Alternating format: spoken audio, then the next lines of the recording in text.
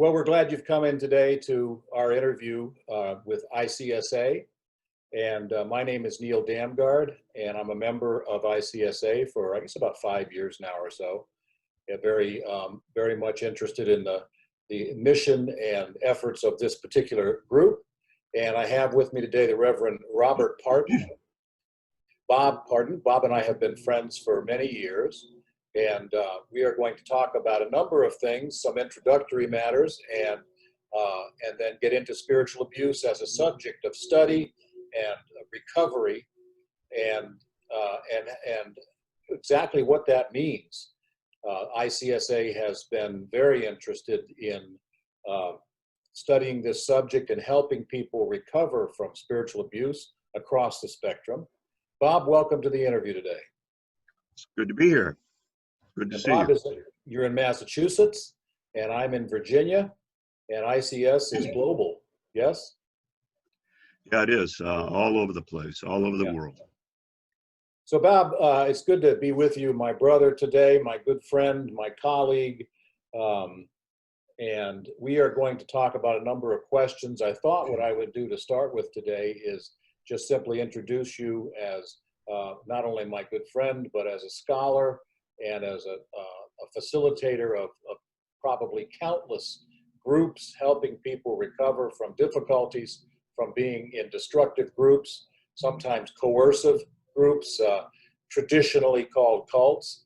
And Bob is a graduate of the University of Michigan, right, Bob? Yes. And then Gordon Conwell Theological Seminary for his Master of Divinity, which is a 3-year professional ministry degree, and then from Princeton Theological Seminary for his Master of Theology, which is a further regimen of study theologically. And Bob's background from Princeton is in ethics, right, Bob? Yes, bioethics. And then was a pastor for a number of years in a local church level, and has had affiliation with a couple of denominations. And then for how many years now, Bob, have you been with Meadowhaven and the New England Institute for Religious Research? Close to 30 years. It'll be 30 years this next year in 2021. We started in November of 1991, so it'll be 30 years.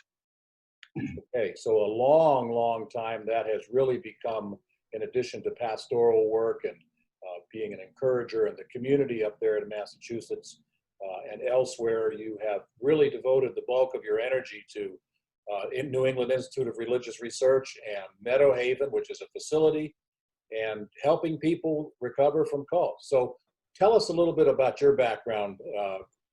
I'm getting tired of talking. Yeah. Well, with Meadowhaven, we started out as the New England Institute of Religious Research, which essentially was a research organization. We're 501c3, so we are a religious nonprofit, and we morphed into Meadowhaven primarily because we wanted to help individuals on the back end of getting out of some destructive group, and to encourage them and work with them to put their lives back together again. So that's been really what we have been focusing on for the last 25 years of our existence. And we have been involved in interventions. We've gone and stayed with groups to learn from them exactly what it is they believe. We wanted to get it from the horse's mouth. We have worked with law enforcement. I have been an expert witness in some court cases. We have worked a lot with the media, and we also have had opportunity to teach in many religious and secular environments. I currently teach the only course, graduate course that I know of, dealing with pastoral issues and cults on a graduate level at a seminary.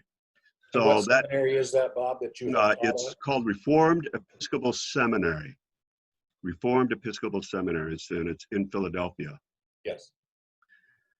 So let me ask you, Bob, before we get into what drew you into studying and working with this particular kind of ministry and therapy, do you feel like your pastoral work gave you a sort of a normal or a stable baseline to understand religious work on a normal level? Yeah, I would say definitely. Certainly the training has, the theological training also just working with people and understanding how to better connect and what to do in terms of helping the parishioners that I've had in the past to grow in their spiritual life in a way that is something that's of a benefit to them, their family, to the church, and to those whom they come in contact with.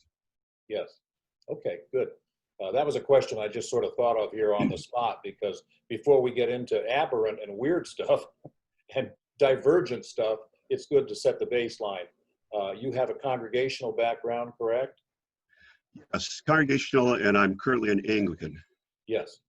Okay. So these are well-known groups. And I want to ask you, really, Bob, I want to get into the question of why do you think there are so many aberrant groups in the United States, let alone other places today? Well, this is my theory. My theory is that it's because society has really become destabilized. There's always been aberrational, destructive groups around. You look back in the 17, 18, 1900s in our own country, and there have been many societies, utopian groups that are religiously based.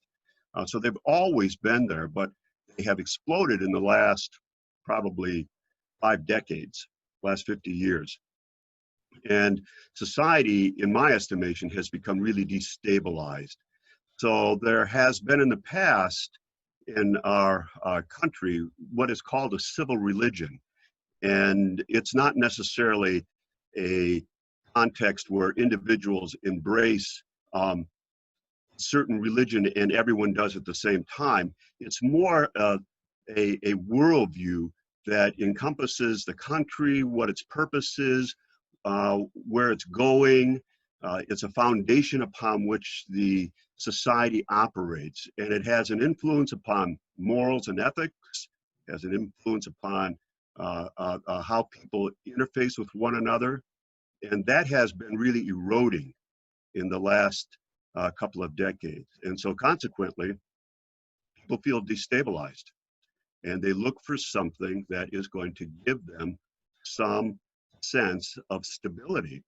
Now, for example, regarding, say, like abortion, regardless of where you fall in terms of whether you're for it or against it, used to be in our civil religion that was not allowable. It was something that was not to be considered as an option. Now things have changed tremendously in that way, and it puts a burden upon individuals to make that decision for themselves. And many would say, well, that's a good thing.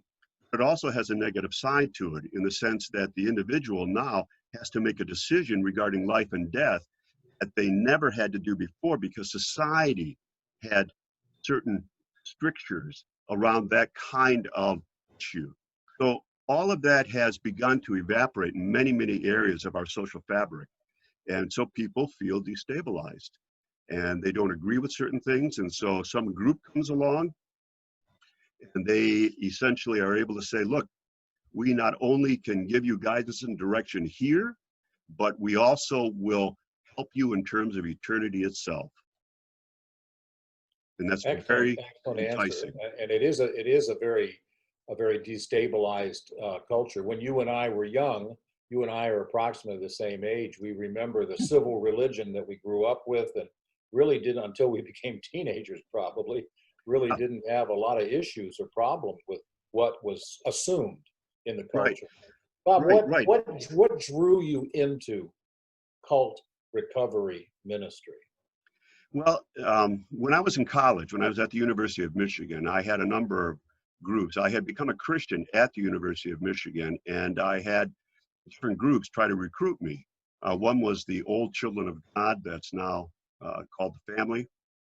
Another was a group called the Process, which was a really bizarre group.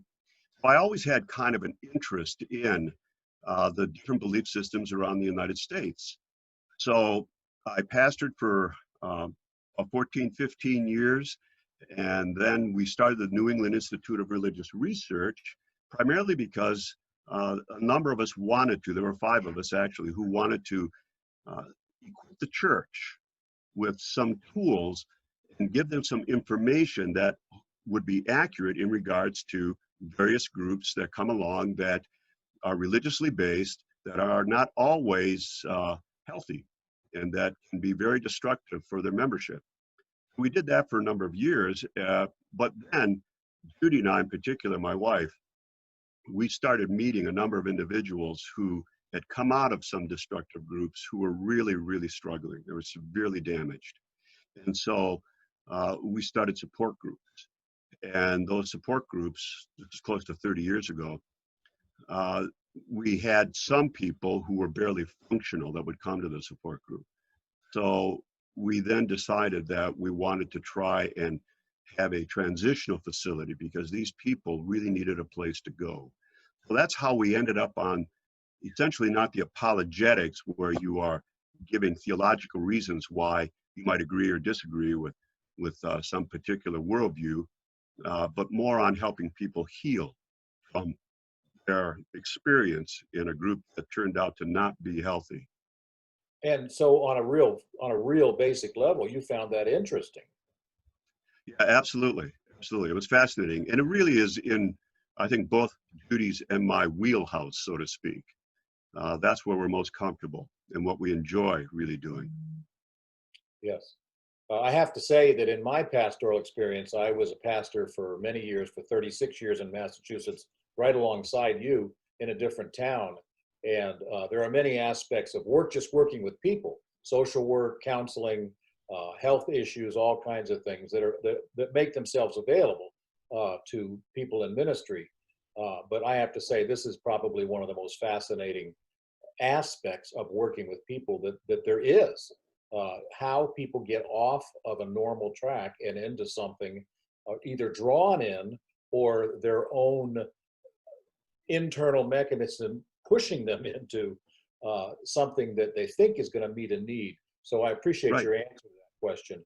Bob, you have distinguished between what we would call classic cults, the larger ones, the more high profile ones, and what you have called, and other people too, of course, use this term, Bible-based cults. Tell us what a Bible-based cult is, and why has your work focused on that a little more in the last few years?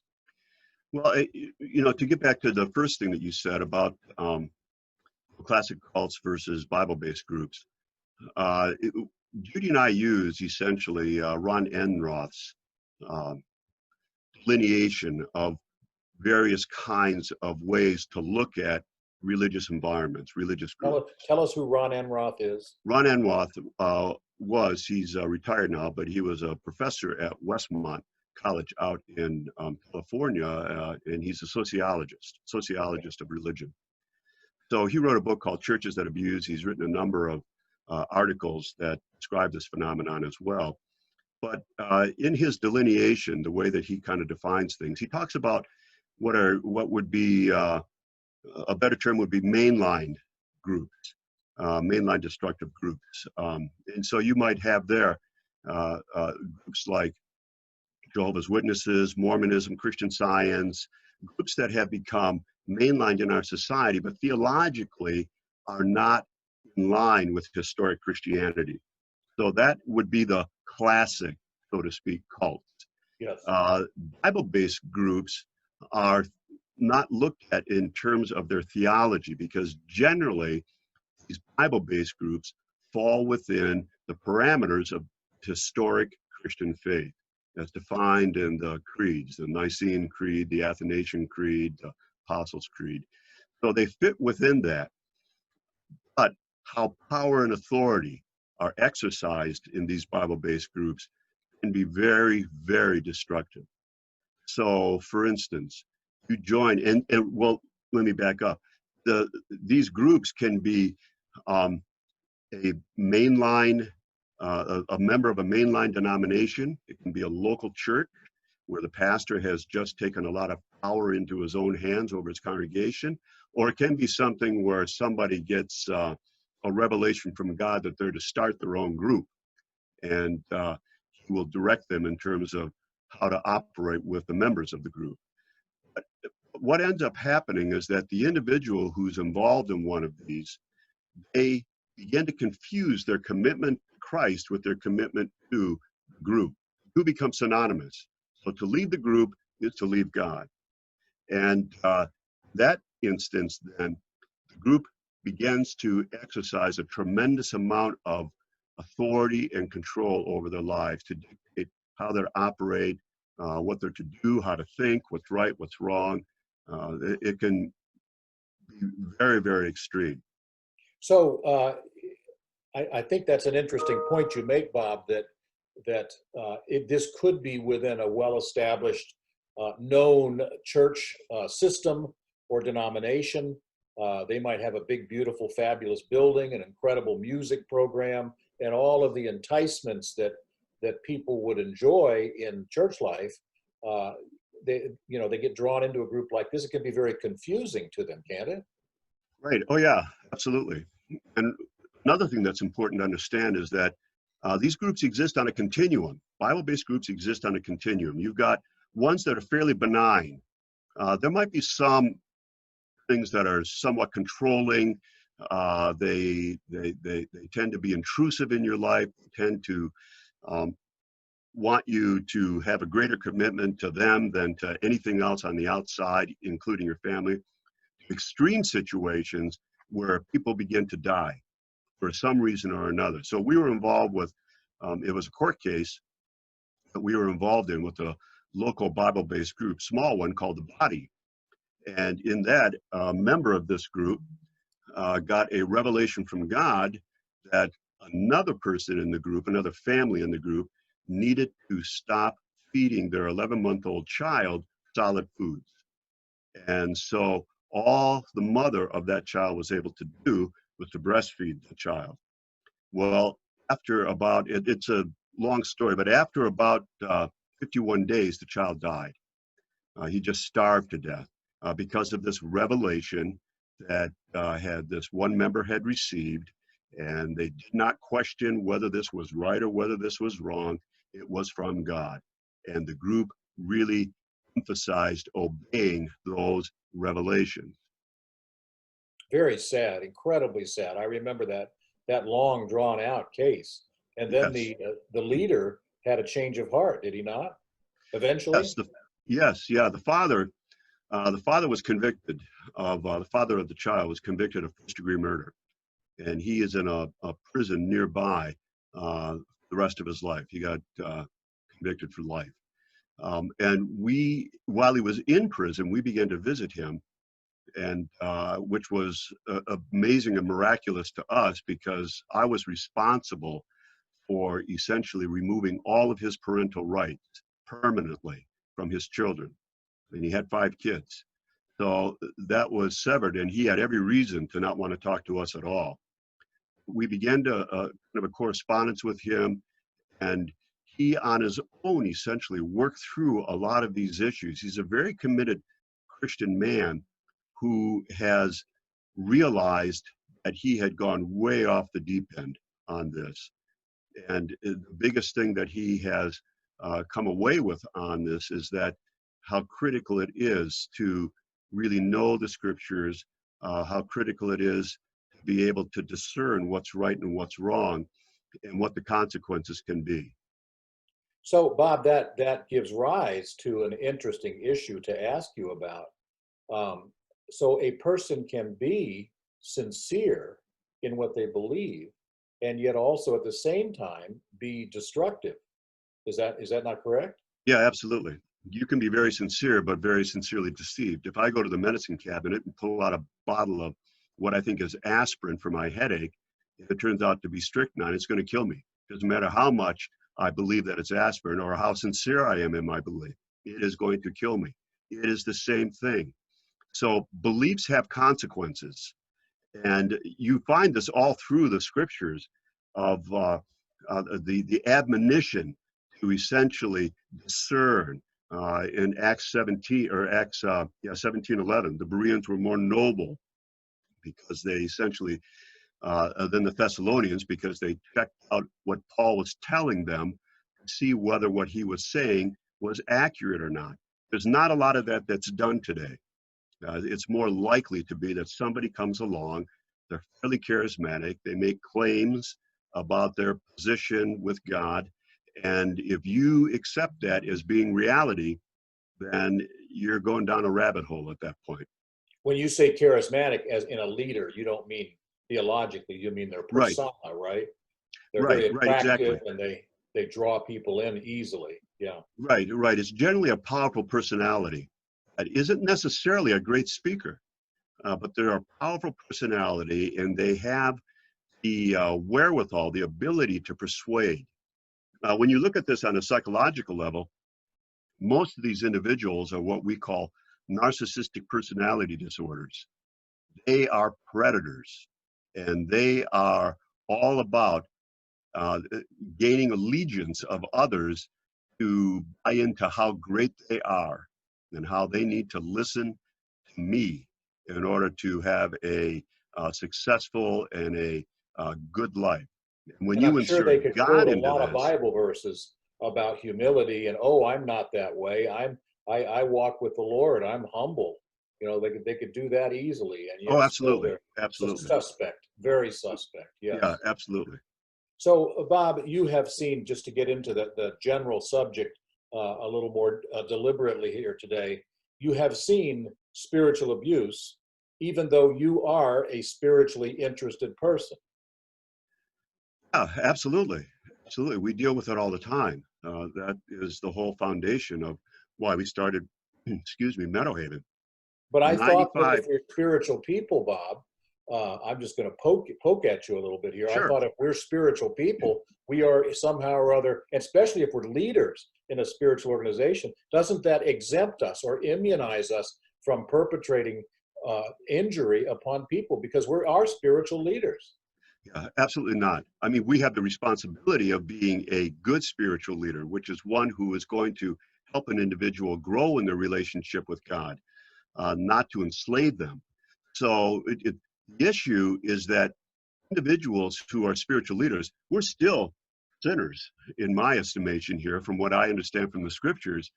And without checks and balances, without some uh, individuals or group that are going to speak into my life and say, whoa, whoa, wait a minute here. Have you thought about this? Are you, have you considered the implications of this decision? All of that plays into this. And so it's very, very important that there is accountability. I remember hearing a man say one time, if you if you have an individual who claims to have a direct pipeline to God or is perceived to have a direct pipeline to God, in other words, he doesn't really say it, but other people believe that that's the case. And with that, there's no checks and balances. There's no real checks and balances for this person. If you don't have a cult today, you will have one tomorrow, because what happens is this group begins to devolve. It develops more and more the need for power in the leader and the leadership. And that lessens the integrity of the individual members' lives. Well, that's all very scary, Bob. We are involved with ICSA and other ministries that we're connected to. And would you theoretically, no group, no church, no denomination, no small group fellowship is entirely safe from this cropping up? Would you say that anybody might drift into becoming a spiritually abusive organization? Absolutely, absolutely. And you find that in the scriptures. There's no guarantee that an individual is going to be immune to these kinds of influences on his life or her life. So, we are always challenged to test the spirits, not just accept something out of hand, but to really check things out. And that's just not done a lot today. We have become so focused upon the subjective, how it makes me feel, what it promises me, versus is this right or is this true? So our whole culture is rife with this kind of approach towards truth and reality. And it only exacerbates this problem and intensifies it greatly. It's another thing, Neil, I think that's important to understand is that people you don't have to come up from a dysfunctional family or have a lot of issues to get caught up in something like this. Nobody wakes up one day and says, you know, I've got nothing better to do with my life. I think I'll join a destructive group and have them ruin it. It doesn't work that way. People join what they think, what they believe is going to be a good, healthy situation, a place where I can serve God, a place where I can have relationships with others that are healthy, a place where I can have my family and raise my kids. All of those are factored into this, whether explicitly or implicitly. So the point of this is that this is a very subtle phenomenon. It doesn't deal primarily with theology and Bible-based groups. That's Well, how that's all Christians very have been taught to unnerving look to at me. this. It's unsettling, Bob, because I thought, you know, if I have a religious interest, a spiritual interest, I go to a church or a couple, I find a pastor, I say he's a pretty good guy. Seems I like him. I like to listen to him. You know, the music is okay. The people are friendly. What more do I need? That's all I need. Yeah, but again, there are going to be factors that you always need to be looking at. You know, and I know, there's no perfect church. There's always going to be individuals that you get along with better than others. There's going to be some that create real problems. That's what the church is intended to be, a place like a hospital that will allow individuals, hopefully, to work through their issues and become more godly men and women, what God has intended them to be, have the tools that are given to them to be able to pursue that. It's important to understand that. Okay, I believe that, but I'm going to play the role of the abused here and say it ticks me off that Yeah, I went to a religious organization, sincere, authentic, needy, and I end up coming away being hurt and injured. That's not supposed to happen. yeah, yeah. And that is the spiritual abuse. And it creates so much confusion. You see, if you're involved in, we've worked a lot with too, individuals who have been involved in some kind of a secular, high control destructive group, be it political, organized crime, something along those lines that doesn't have a real religious component. You get affected by that, you come out, you can be angry, but you're angry at the group. That's what you're angry at. And you're angry at yourself because you got involved in something like this. When it is a Bible-based, a religious group in some way or another, and you infuse God into all of this, it ramps everything up exponentially because this grabs the very core of your person. But you come away from this, and you're not just questioning on the horizontal level these individuals who hurt you, you're now dealing with God because God is supposed to be good. And if this is what it is to have to serve him, then I want nothing to do with that. And I'm angry over that. But what ends up happening, the survivor of these kind of situations, is that if they don't begin to work through that kind of abuse that they've experienced and to begin to understand what has happened to them, then this does not go away. It goes underground and it will come up elsewhere and manifest in their relationships with others, their feelings about their own person, and their sense of the divine in any way whatsoever. It is an incredibly abusive environment in that respect, and it is hard to work through those issues. It occurs to me that we ought to be real careful and conservative when we are going to say, when we're going to play the God card and say, God told me this is his will for your life. Yes. Be careful. That Oh, doesn't mean we absolutely. never do that.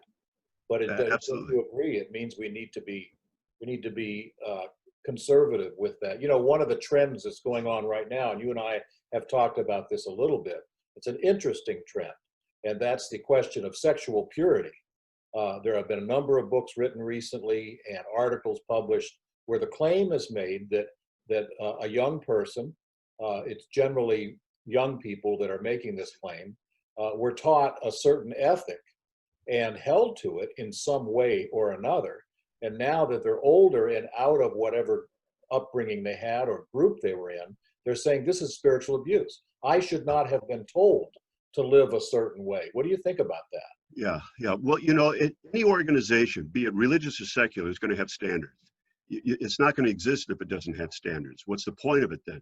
It presents a particular worldview, a particular approach towards reality.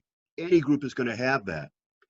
So the church, historically, if it is operating within historic parameters of Christianity, it is going to have standards. And some of these standards, there are gray areas. Other standards that it has are non-optional. So a church that is adhering to the historic creeds is not going to go along with the marriage between same-sex individuals. It's just not. Now, they can do that if they so choose to, but they no longer are functioning in a historic Christian environment and what has been understood in terms of what it means to be a Christian. So at So, the foundation so of, the individual who leaves that, say, well, I was abused. That was spiritual abuse on their part. Well, wait a minute. This has become such a widely used term yeah. that is not really, it loses its impact when it begins to apply individuals who feel like, well, I don't agree with this. And you're making this an important part of my life. Well, then go someplace else at that point. This is all laid out. So any group's going to have that. So in regards to the whole spiritual purity thing, again, that's Christianity at its core in this context. And so if an individual is offended by that and feels they've been spiritually abused, and I was dealing with them, I would I would try to connect with them first. Then I would want them to kind of define for me, you know, what's going on? Why are you feeling this way? How has this happened? I mean, were you in some way physically coerced? Is there something that went on along those lines? And there are some Christian groups that do that, and that is wrong. But having said that, just because I disagree with something that is a part and parcel of the group that I belong to, doesn't mean that it is abusive if I have to toe that line. That's my choice. And we have seen, I think we could comment here pretty safely that some of these mechanisms and these experiences have already been wrestled with by the Catholic Church. The Catholic Yes. Church has stood for, you know, we believe this is true, this is true, this is true, this is true. Here are the reasons why we dogmatically state these things are truths. Then the culture goes against that and says, we don't like that anymore, or we're thinking it through and we just don't believe it. The Catholic Church still, to this date at least, says, well, that's fine, but this is where we're at, and we're not going to change what is truth because a certain segment of the population doesn't like it anymore. So they've already played this out and are playing it out, and it isn't easy. And you and I are not Catholics, of course, but or subjected to the authority of Rome. But we also observe and watch the exercises that are going through. Bob, let me ask you a question here about, you know, we talk about spiritual abuse, we talk about its pervasiveness, almost indiscriminate of denominational affiliation or heritage that way. And it's scary because I want to ask you, well, how can a normal ministry keep from mutating into a cult or into a destructive group? How do we protect ourselves? It's checks and balances. You have to have individuals who can speak into your life and help you to step back and look at what is going on. If you are in a context, let's say for instance you're pastoring a church and you have a huge split that goes on, and everyone is saying it's because you are abusive. You don't listen to people. They have to, it's your way or the highway. You try to force them into doing things that they are ethically questionable. You demand their time, their finances in ways that is not biblical. Then that indeed might have something that you need to listen to and say, wait a minute, is this right? what I'm saying here and how I'm saying it and the ways that I'm expecting and demanding certain things to be. That can be abusive then in that instance. That's not a shepherd. Um, so, so I think having checks and balances are critical, not going off the deep end. Now that can be not just external, although that's important, that's very important to have, but internal, so that I'm not thinking that, well, I'm connected with God in ways that nobody else is, and I really understand his will for your life or for my congregation's life. Would you Now, say that a multiplicity of leaders as opposed to a single powerful leader is generally a good idea? yeah, it can be, but there's so many groups, Neil, that where the supposed elders or responsible individuals or whatever you want to call them are just yes people. They're yes men. So you can have and the leader will often play off of that, the head honcho, and say, well, look, I've got these people that keep me in check. Well, if they're just all yes men, and we've seen that numerous times, then that's not going to work. It gives the appearance of accountability, but it's not. It's actual accountability.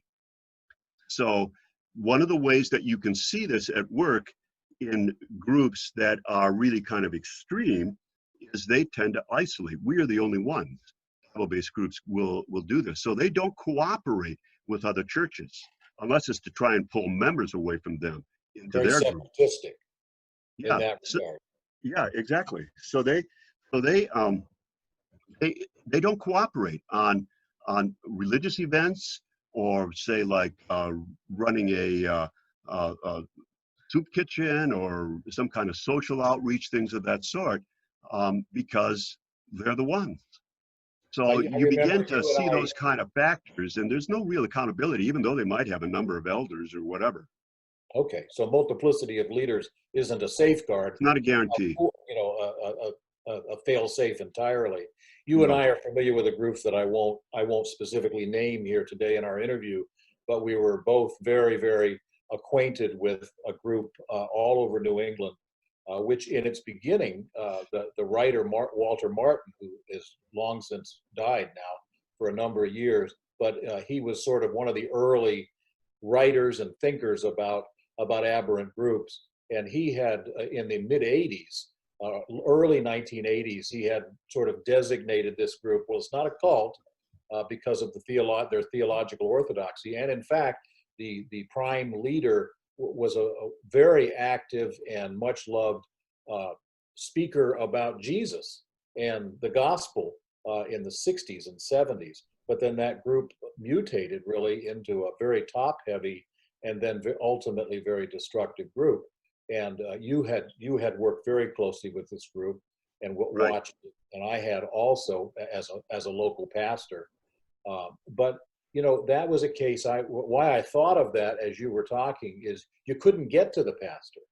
It was almost like their office layout in their facility was almost like a maze, and you had Right. to go through all these lockdown type doors and stuff, and personnel that were rigged up to protect that pastor from anybody really getting to him. And that made a deep impression on me as a pastor. I always made a point. Anybody could walk in and find me easily, even if I didn't want to be found by them. Right. And Right. know what that Yeah. feels like. But a transparency is important here. What else, Bob, can a ministry do to basically keep themselves from mutating? Well, you want to, so many Christians, as I said earlier, nobody wakes up and says, got nothing to do, I think I'll join a destructive group. I'm speaking there about Christians, essentially. Um, and part of this phenomenon is that believers today often don't understand what basic Christian doctrine is, and they also do not know why that is the reality of the Christian church. They can't defend it. Paul Little wrote years ago 2 books, Know Why You Believe and Know What You Believe. And that it has become even more necessary in the days and times in which we live. So Christians tend to ghettoize themselves. Society is evil, so they don't want to get out into it because there's bad things that are going to happen to me, and I might get polluted. And this all comes from not understanding, what the gospel is, what the Bible is intended to be in their lives as a way to understand God's will, not only for myself, but for my family and for the church. When that becomes deep-seated within a congregation, then they're less likely to put up with someone who comes in and tries to take over, or a pastor mutating into, it's all about me, and I'm the one that knows what's right and what's wrong, and you listen to me. It's less likely to allow that to happen.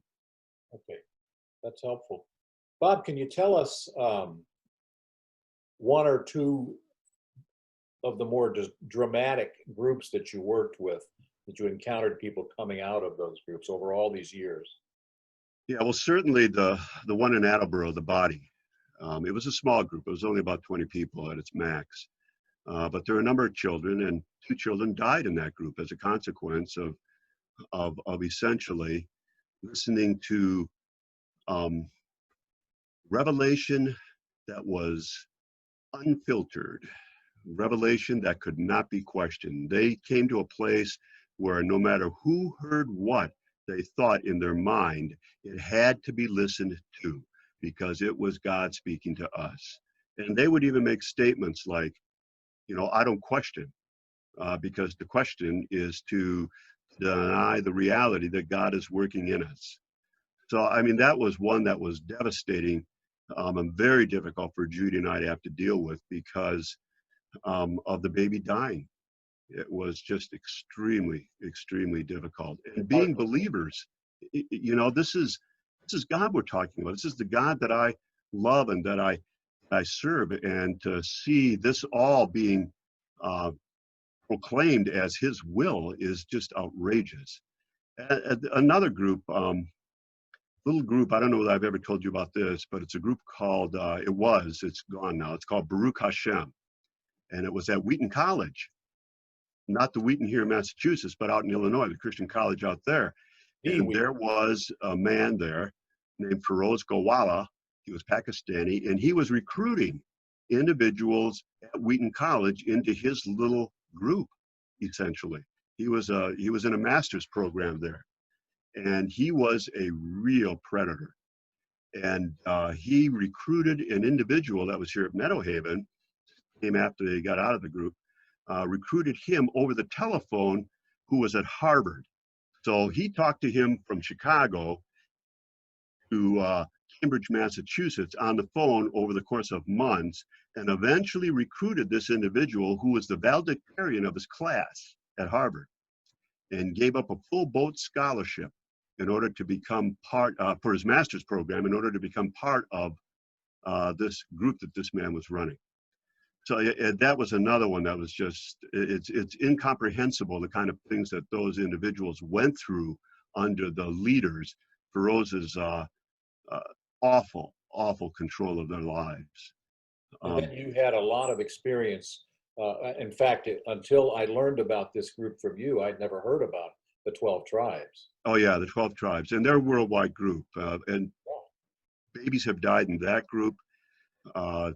Second generation individuals who've been born and raised in it have been brutalized, not just spiritually, but physically. There's been a lot of sexual abuse in it. And I remember you telling us about when you and Judy were invited to Southern Utah to do a week of work. And that's just an extraordinary story, I think. At least maybe it wasn't as fruitful or productive as you would have liked it to have been, but just getting the invitation. Tell us about that a little bit. Yeah. Well, we have worked a lot with, mostly within a Christian environment, but we've worked a lot with the secular environment around us as well. Here in the state of Massachusetts, we were providers for what was the old DSS, Department of Social Services, for their workers. We would put on workshops in order to help understand when they went in to look at some place, whether it was a destructive religious environment or not.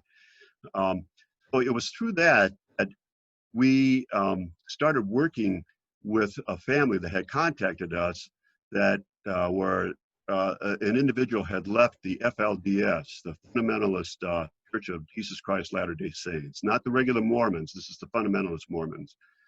And a young girl. An extreme branch then.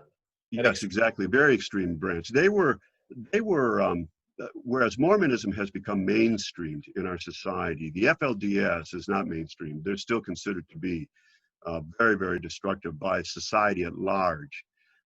And primarily because they practice polygamy.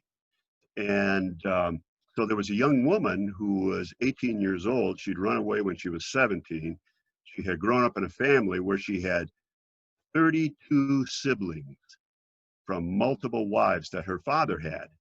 And she was about to be given to a 50-year-old man as one of his wives. And so she said, not me. And she took off. And through the Dr. Phil show, she ended up coming to Meadowhaven. And she was here for close to a year with us. And that's a group that was highly, highly destructive. It just created huge, huge issues for individuals. So you got invited out to Southern Utah then? Right. What had happened is the FLDS was too much competition for the females in the group. So they were getting rid of the young males. And so what they would do, a guy would turn 16, 17, 18 years old. The leaders in the group would drive them to Salt Lake City and drop them off on a street corner. And these were called the Lost Boys. And there was a huge number of them that the state all of a sudden realized, we don't know how to deal with them. We essentially lived in total isolation, which the FLDS does. According to them, when the woman that came here, who'd escaped the group, she didn't believe that man had ever been to the moon. Dinosaurs didn't exist. If you touched a black person, the black was going to come off on your skin, so you couldn't touch a black person. It was just all this bizarre stuff that was ingrained in all of their education. So these boys are out on the streets, and many of them, in order to survive, became male prostitutes.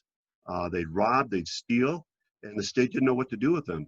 So their Department of Social Services, their Child Protective Services, heard about Judy and I, and that we'd work with the state of Massachusetts, and they flew us out for a big conference there where we worked with the state in terms of how to deal long-term basically with these kids.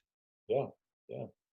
Bob, I also want to save a minute or two to ask you, you haven't done this alone. You haven't been in a vacuum. You've had a wonderful partner and collaborator and an expert in her own right.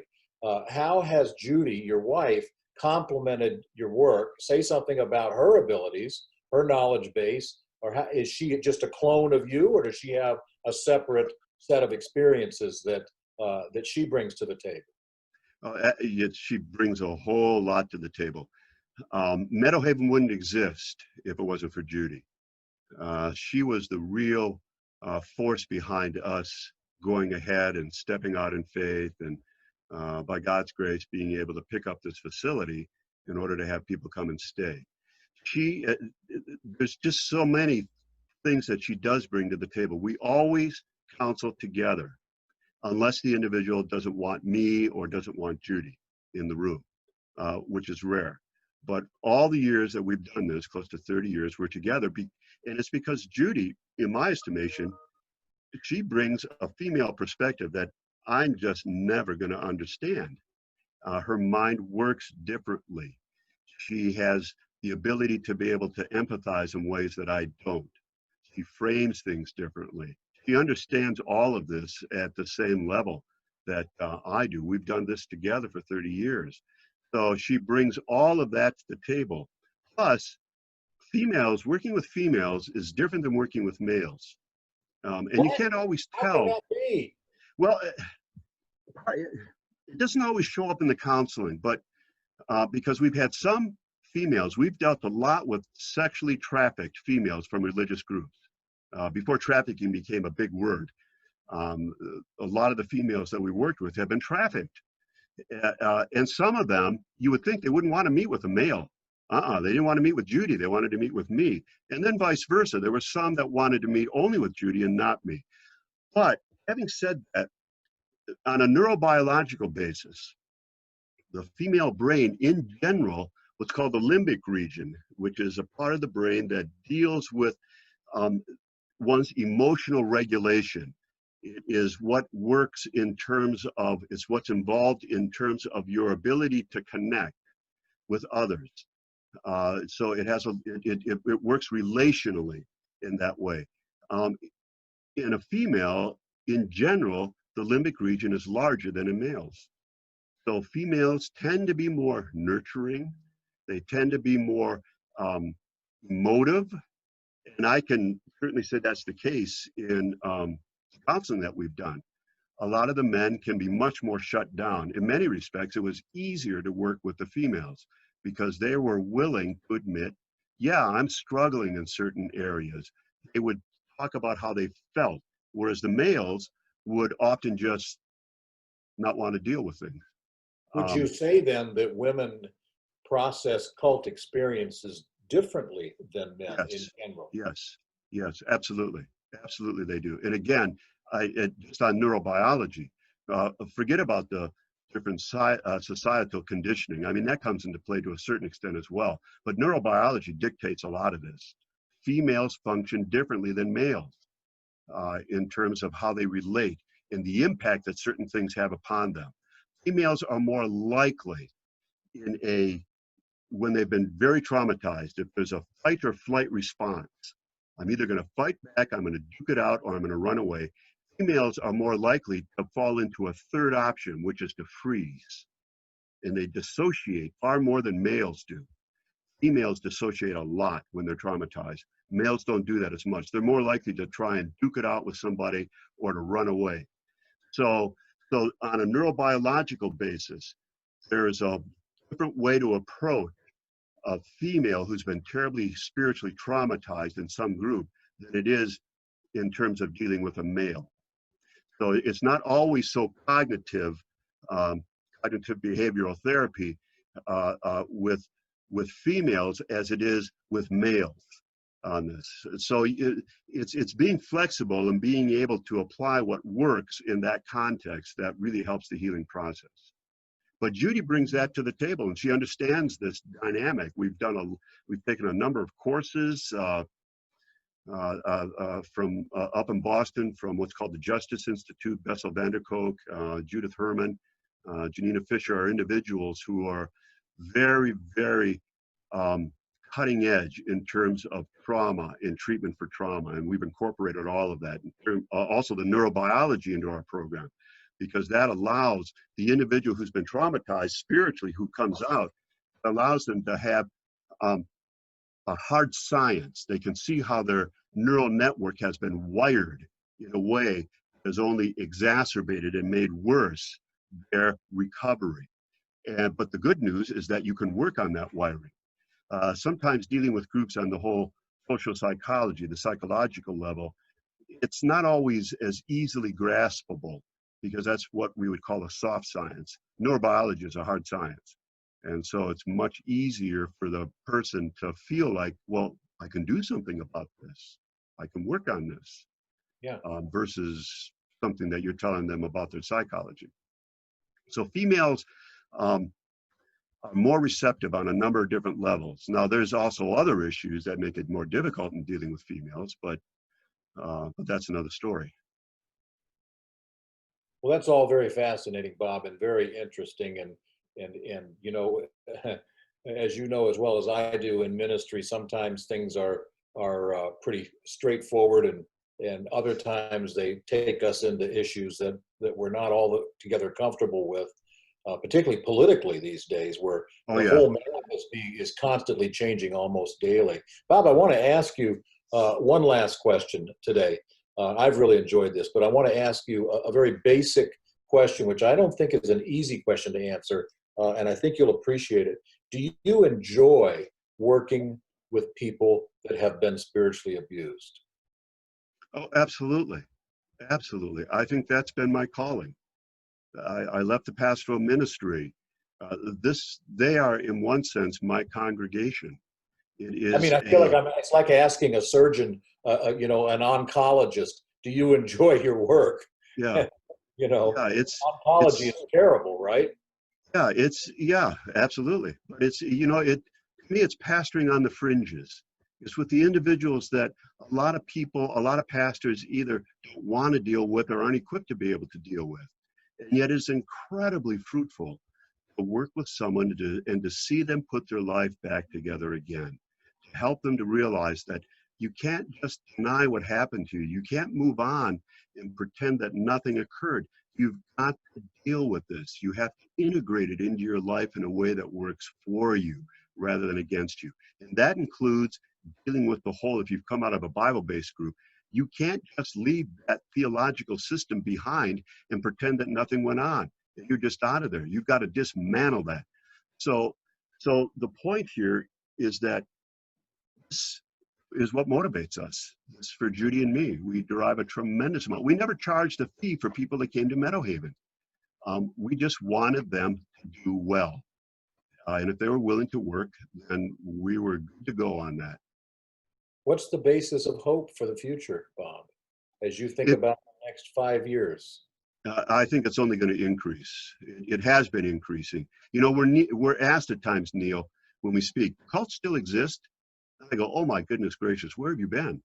Yeah, they exist. You don't have the major groups you had years ago, like the Branch Davidians with David Koresh, or Jim Jones with Jonestown, Marshall Applewhite, with Rancho Santa Fe, These are the newsmakers. yeah, exactly. Yeah. Yeah, I mean, these groups have gone by the wayside. What's happened is cancer has metastasized, and it has gone off into a lot of different areas where you have these little groups now. This is one of the factors why there's such an explosion of these. So it can be, as we talked earlier, a mainline individual church just happens to go off the rails. It can be some man or woman who gets some revelation from God that they're to start XYZ group because they now are God's prophet on the earth. It goes into all different directions. We But have other weirdness is countries not going exporting away. them into our country now as well. Yeah. Weirdness is not going away, right? No, no, So and I don't expect it to. what hope can you offer us? What hope is there? The church has to be the church. The church has to be proactive in reaching out to others with the gospel, and it needs to be internally focused upon being the environment that helps individuals process the life that we have been given by God. How do I live? Francis Schaeffer's famous book, How Should We Then Live? How should I live in this kind of an environment in a way where I'm not sticking my head in the sand, but where I'm not also just being co-opted and giving into everything that comes down the pike because it's politically correct and it's what society is headed towards. We're like a car, in my estimation, that's going downhill. Doors have been welded shut on it, and we are accelerating in the speed as a society in which we are going down this hill, and there's an abyss we're headed towards. And we have all of these signs that are right on the edge of the abyss, essentially distract us. You've got technology, you've got this, you've got that.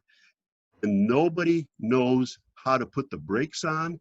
Nobody knows even where the brakes are. And so we just continue to go down, looking at these placards that are pasted all along the line that invite us to invest more in society itself and in this life without thinking about the implications of anything beyond this. And that is a recipe for disaster. I found it interesting. There's a news item this very day that the city of Los Angeles is strongly considering diverting $800 million from the police budget into community groups. And that's interesting to me. I don't think I want to live in Los Angeles the next 10 years, but I'm sure there are many beautiful things there too. But that's scary because it's saying our hope is in humankind's ability to fix itself. Yeah, exactly. Just have enough money and enough programs, community programs for people, and take money from all kinds of other places and just dump it into community groups. It'll fix people. You don't think? And this is the, utopian communities have existed since the beginning of time, where we are in some way or another going to manifest and create this environment that's heaven on earth. That's nothing new. What's new in this is that this is now attempting to be on a societal level in a democratic society at this point. Difficulty, the impulse for this is good. It's a desire to want to be able to live together in peace and harmony and have no difficulty. The downside is that it doesn't take into consideration evil in the human heart. Power corrupts individuals. That human beings are essentially, it's all about me. It is not a recipe that is going to work, because it focuses on all the good things that it hopes could come to pass without recognizing the evil that has to deal with in some way or another. So you eliminate the police, and what are you going to have? This is going to be Lord of the Flies. This is going to be William Golding's, Animal Farms, someone that is going to be, or some people that are going to be taking over. Well, you and I share a deep hope ourselves that we came to know in God. Absolutely. And we always track back and default back to that, doing our best to avoid spiritual abuse on a microcosm level or a macro level with huge groups. Well, Bob, I'm gonna call this to a close now today. It's been great to talk to you. Go ahead. Final comment. One last thing I'd like to say, Neil, is that in regards to this whole spiritual abuse too, from our experience here at Meadowhaven, doing this for 30 years, working people put their lives back together again, tragedy that we see, we understand it, but the tragedy that we see is individuals that come out of some spiritual environment, some Bible-based group, and they broad brush all of Christianity as now being suspect, evil, and wrong, rather than recognizing that, look at, this was an aberration. This is not the norm. Because that then gives a false impression to them and to others. It's not a matter of the whole system being bad and it has to be torn down. It's a matter of what we were just saying. Human beings, whether they are pastors or not, or they're just average lay people, they have a corrupt heart, and they've got to work on their own lives in order to recognize that and to grow. And to just throw the whole thing out because I had a bad experience is tragic.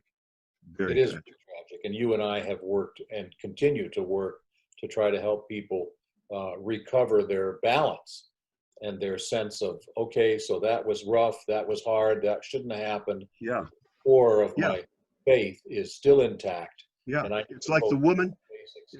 It's like the woman who's married to an abusive husband, and she gets divorced from him, but then she comes to a place where all men are abusive. Never going to trust a man again. They're all abusive. Yeah. Yeah. Well, Bob, I want to thank you very much for the privilege I've had to talk to you and draw out some of these questions, get some of your background. It's been a pleasure, and you're one of my best friends, even though you are a New England Patriots fan. And, now I don't know what a fan I am now that I've relocated, but it's been a pleasure to spend some time with you today. And it's been a real privilege, Neil. So I thank you very much for doing this. Okay. You're in my prayers. God bless.